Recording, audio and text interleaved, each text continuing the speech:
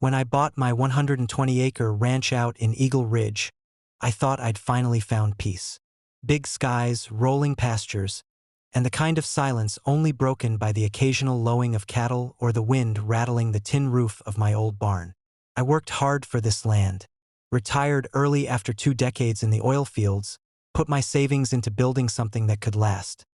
Not just for me, but for my kids someday. But peace has a way of attracting people who mistake it for something they're entitled to. Enter the Eagle Ridge HOA. See, while most of the ranch land out here is spread out and privately owned, there's a newly built housing development that sprung up on the edge of my northern property line a few years back. Cookie-cutter homes, AstroTurf lawns, and an HOA run by a woman named Francine Harrow, a woman who has never met a no trespassing sign she respected. Started small, HOA kids sneaking through the fence to fish my pond.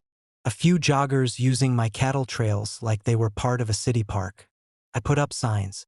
I spoke to Francine. I was polite at first. But then came the party. One Friday evening, I was returning from the feed store when I saw lights coming from my barn. I thought maybe a breaker had flipped or one of the timers was off. But as I got closer, I saw something that made my jaw drop. Dozens of SUVs and sedans lined the dirt road. Balloons tied to fence posts. And inside my barn, the one I'd just finished reinforcing for calving season, was a full-blown HOA mixer. DJ speakers, tables with catered food, a banner that read Eagle Ridge Spring Social. I parked and marched over. A man in khakis tried to hand me a name tag. Francine spotted me before I got 2 steps in. "Oh, Hank, you're just in time," she said with a fake smile so wide it could split concrete. "We decided to hold the HOA Spring Social in your charming little barn. It has such rustic appeal." "You decided?" I asked, stunned. "You didn't ask. You broke in."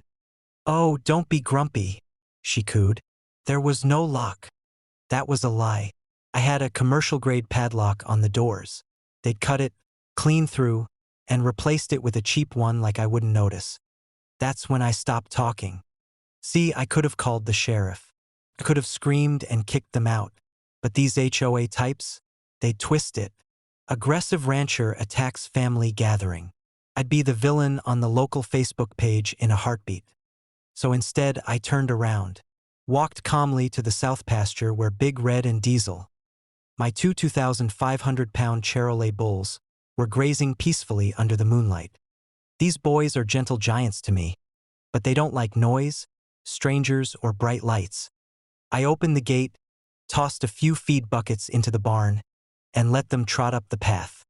When Francine saw the bulls come through the barn doors, her wine glass hit the dirt. People screamed. Someone knocked over the DJ table. Big Red snorted and charged. Not at anyone, just at the absurdity of disco lights and quiche in his calving barn. Diesel followed, knocking over a folding table like it insulted his mother. I stepped back out and pulled the barn doors shut, clicked my own padlock into place. From inside came the sound of panic, screams, and a champagne bottle popping under pressure.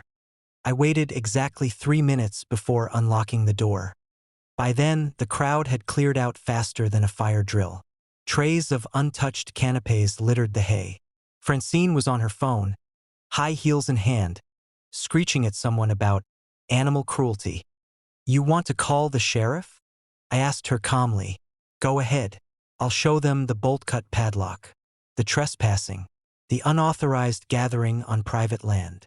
She hung up the phone. The HOA sent me a letter 2 days later. Not an apology, but a warning about creating unsafe conditions for guests.